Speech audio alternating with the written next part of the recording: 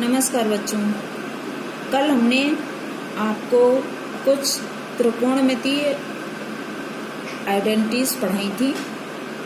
आशा है आप लोगों ने याद कर ली होंगी। आज कुछ फॉर्मूले और हैं, उनको देखिए, सरल हैं, तुरंत देख के आप यूज़ कर पाएंगे। देखिए, साइन ए लिखा जाता है 1/cos ए और cos ए लिखा जाता है 1/sec ए और tan ए लिखा जाता है 1/cot ए। इसी तरह cosec ए लिखा जाता है 1/sin ए। ये एक दूसरे के अपोजिट होते हैं, इसलिए ये ऐसे लिखे जाते हैं। sec ए ये होता है 1/cos ए और cot ए ये होता है 1/tan ए। और tan ए जो है वो sin ए और cos ए के पदों में और लिखा जाता है, जिसको हम लिखते हैं sin a/cos ए। तो इसको tan ए को अगर हम cot के पदों में कहें तो 1/cot ए लिखेंगे, और sin ए और cos ए के पदों में कहें तो sin a/cos ए लिखेंगे। इसी तरह cot ए होता है cos a/sin ए। तो ये कुछ फॉर्मूले और हैं जो आपको याद करने हैं। अब हम एक्सरसाइज की तरफ चलते हैं। एक्सरसाइज का पहला क्वेश्चन है, sin ए, sec ए, tan ए को cot ए के पदों में व्यक्त कीजिए। ये त्रिकोणमितीय अनुपात हैं, sin ए, sec ए, tan ए। इसको हम ऐसे लिखें कि cot ए आ जाए, बाकी सारी चीज़ें अलग हो जाएं। तो हमने जो अभी ट्रिग्नोमेट्रिकल आइडेंटिटीज पढ़ी थी, उसमें पहली एक आइडेंटिटी होती है cosec square A equals to 1+cot square A. अब हमें sin ए को करना है ना, तो sin ए हम लिख सकते हैं 1/cosec ए। यहाँ cosec स्क्वायर ए है 1+cot स्क्वायर ए के बराबर, तो हम यहाँ से निकाल लेंगे cosec A equals to √1+cot square A. वर्गमूल ले लेंगे इसका, यहाँ से स्क्वायर हट जाएगा, इधर वर्गमूल चढ़ जाएगा, तो cosec ए का मान हो गया √1+cot स्क्वायर ए। तो यहाँ इस जगह हम इसकी वैल्यू रख देंगे cosec ए की, तो √1+cot स्क्वायर ए। ये आ गई sin ए की वैल्यू cot ए के पदों में। इसी तरह हम sec ए की वैल्यू cot ए की पदों में निकालेंगे। तो sec ए वाली आइडेंटिटीज को हम देखें तो sec square A equals to 1+tan square A, ये आइडेंटिटी होती है। यहाँ से हम sec ए की वैल्यू निकाल लें, sec ए बराबर √1+tan स्क्वायर ए। अब हमें क्या करना है, cot के पदों में लिखना है, तो इसको हम इस वाले फॉर्मूले से चेंज कर लें, यानी 1+1/cot ए इसका होल स्क्वायर। ये हो जाएगा √1+1/cot स्क्वायर ए। अब इसको सॉल्व कर लें, √cot square A plus 1/cot square A. अब इसका वर्गमूल तो नहीं ले सकते क्योंकि ये प्लस है बीच में, अगर ये प्लस ना होता, एक संख्या होती तो वर्गमूल आ जाता। तो हम ऊपर वाली संख्या को ऐसे ही रखेंगे और नीचे वाली का वर्गमूल ले लेंगे, यानी ये आ जाएगी बाहर। तो हम इसको लिख सकते हैं √cot स्क्वायर ए प्लस 1/cot ए। ये हो गया sec ए का मान cot ए के पदों में। अब हमें tan ए का लिखना है।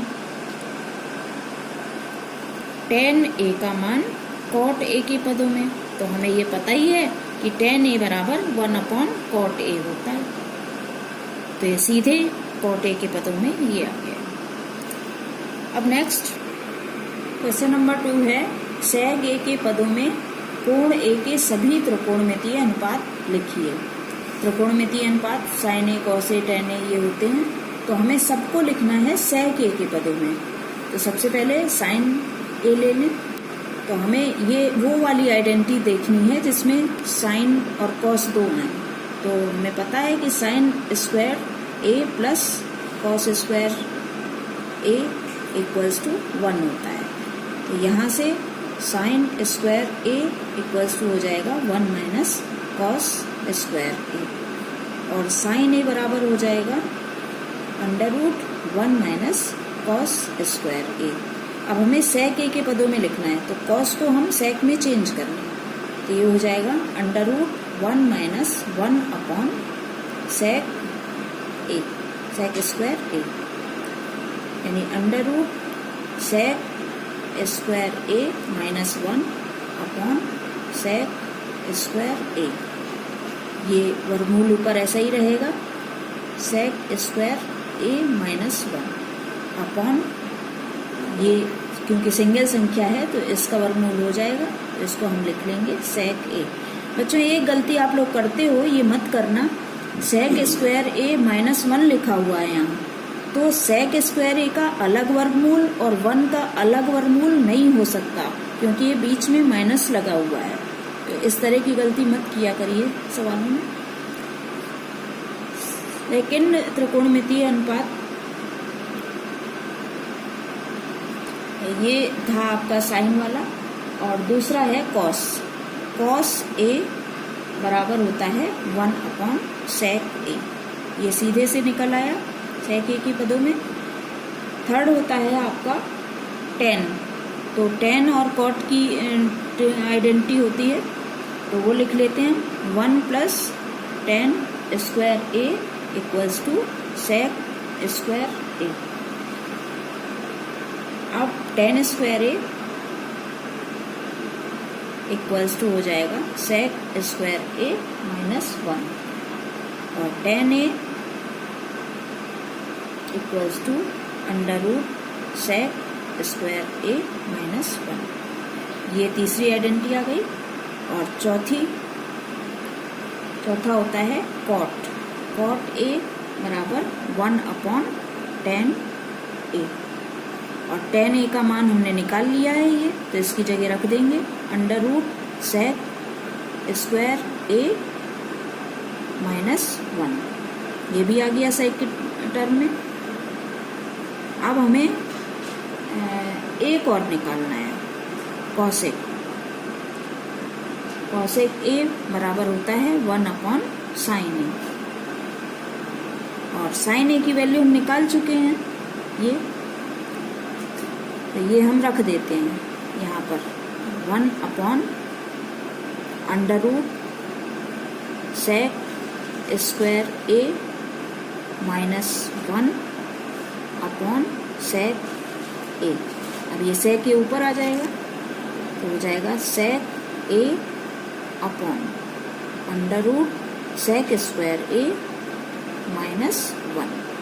इस तरह से सारे ये ट्रिग्नोमेट्रिकल जो फंक्शंस हैं ये sec A के टर्म में आएंगे। पहला ये निकाला था हमने sin A, ये sec A के टर्म में, cos A ये sec A के टर्म में, फिर tan A ये sec A के टर्म में, cot A ये भी sec A के टर्म में, और cosec A ये भी sec A के टर्म में। ये हमारे आंसर है। अगला question third, sin square 63 degree plus sin square 27 degree upon cos square 17 degree plus cos square 73 degree का मान ज्ञात कीजिए। हमने आइडेंटिटी पढ़ी है sin square theta plus cos square theta equals to 1। तो यहाँ हमें उसी टर्म में इसको चेंज करना है, और एक फॉर्मूला और हम याद रखें, sin 90 minus theta cos theta होता है, तो हमें ये दोनों फॉर्मूले यहाँ पर यूज करने हैं। तो यहाँ sin स्क्वायर 63, यहाँ हम देख रहे हैं 63 और 27 को ऐड करेंगे तो 90 आएगा। तो यहाँ पर हम ये 90 माइनस थीटा वाला फॉर्मूला लगा सकते हैं। तो साइन स्क्वायर 63 ऐसे ही रखें और इस साइन स्क्वायर को चेंज कर लें। Sine square 90 minus 63 degree. इसी तरह नीचे करते हैं। कॉस स्क्वायर 17 को ऐसे ही रखें और कॉस 73 को चेंज कर लें, क्योंकि ये दोनों ऐड करके 90 आ रहे हैं। तो कॉस स्क्वायर 17 डिग्री प्लस ये हो जाएगा sine square cos square 90 minus 63 degree. ये हो गया sine square 63 degree plus cos square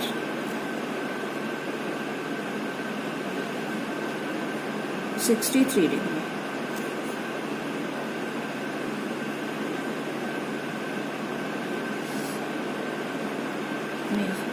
सही तो थे 63 degree. Sine square 63 degree plus cos square 63 degree. यहाँ नीचे हो जाएगा cos square 17 degree plus cos square sine square 17 degree. Sine 90 minus theta cos theta होता है, इसी तरह ये sine 90 minus theta cos theta हो जाएगा। ये यहाँ पे गड़बड़ हो गया है, यहाँ पे आ जाएगा 17 डिग्री। ये 90 माइनस थीटा होता है ना, तो 73 हमें लाना है। 90 माइनस 17 73 होता है, तो ये कॉस 90 माइनस थीटा साइन 17 के बराबर हो जाएगा। ठीक है बच्चों। अच्छा, अब ये हो गया sine square theta plus cos square theta, यानी ये 1 के बराबर हो गया। और ये भी cos square theta plus sine square theta. इधर दोनों एंगल देखो इक्वल हैं, यहाँ भी दोनों एंगल इक्वल हैं। ये दोनों एंगल इक्वल हैं तो ये थीटा के बराबर हो गए। हमें यही देखना होता है कि ये एंगल इक्वल करने होते हैं। अब देखिए यहाँ हमारा गलत हो गया, लेकिन बाद में हमें ये समझ में आया कि यहाँ देखिए इक्वल एंगल होने चाहिए, तो हमने यहाँ पे कुछ गलत लिख दिया है। इसलिए हमने ये ध्यान रखना है कि यह दोनों एंगल इक्वल होने चाहिए। तो ये 1 हो गया और ये भी 1 हो गया, तो इसका मान 1 आ गया। Next question, sine 25 degree cos 65 degree plus cos 25 degree sine 65 degree. यहाँ भी हम देख रहे हैं, यहाँ साइन है, ये कॉस है, ये कॉस है, ये साइन है। अगर ये साइन बन जाए तो ये साइन स्क्वायर थीटा हो जाएगा, और ये कॉस बन जाए तो ये कॉस स्क्वायर थीटा हो जाएगा। और हमारे पास पता है हमें sine square theta plus cos square theta 1 के बराबर होता है, तो हमारा सवाल ऐसे सॉल्व हो जाएगा। तो यहाँ और एक चीज़ और हमें समझ में आ रही है कि यहाँ 65 और 25 90 होता है, तो इसको चेंज करने के लिए हमें 90 माइनस थीटा वाला फॉर्मूला भी लगाना पड़ेगा। तो इसको हम लिख लेते हैं साइन 25 डिग्री, और इसको लिख लेते हैं कॉस 90 माइनस 25 डिग्री, और इसको ऐसे ही रखते हैं कॉस 25 डिग्री, और इसको लिख लेते हैं साइन 90 माइनस 25 डिग्री। अब ये हो जाएगा साइन 25 डिग्री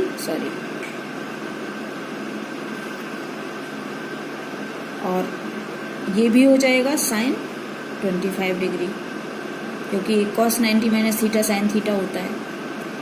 ये कॉस 25 डिग्री रहेगा और ये हो जाएगा कॉस 25 डिग्री। चेंज करने में ये ध्यान रखिए कि थीटा की वैल्यू यहाँ आएगी, इसी तरह यहाँ भी थीटा की वैल्यू यहाँ आएगी। अभी किसी बच्चे ने हमें करके सवाल दिखाया था, तो उसमें ये वैल्यू ना रख के ये वाली वैल्यू रख दी थी। तो ऐसा नहीं करना है बच्चों। जब हम चेंज करेंगे तो जो यहाँ पर वैल्यू आती है वही वैल्यू यहाँ रखी जाती है। तो इन दोनों को हम जब गुणा करेंगे तो इसको हम लिखेंगे साइन स्क्वायर 25 डिग्री, और इसको लिखेंगे कॉस स्क्वायर 25 डिग्री, यानी sine square theta plus cos square theta, ये 1 के बराबर हो गया। इस तरह से ये सॉल्व हो गया। अब बच्चों नेक्स्ट क्वेश्चन हम अगली वीडियो में बताएंगे। धन्यवाद।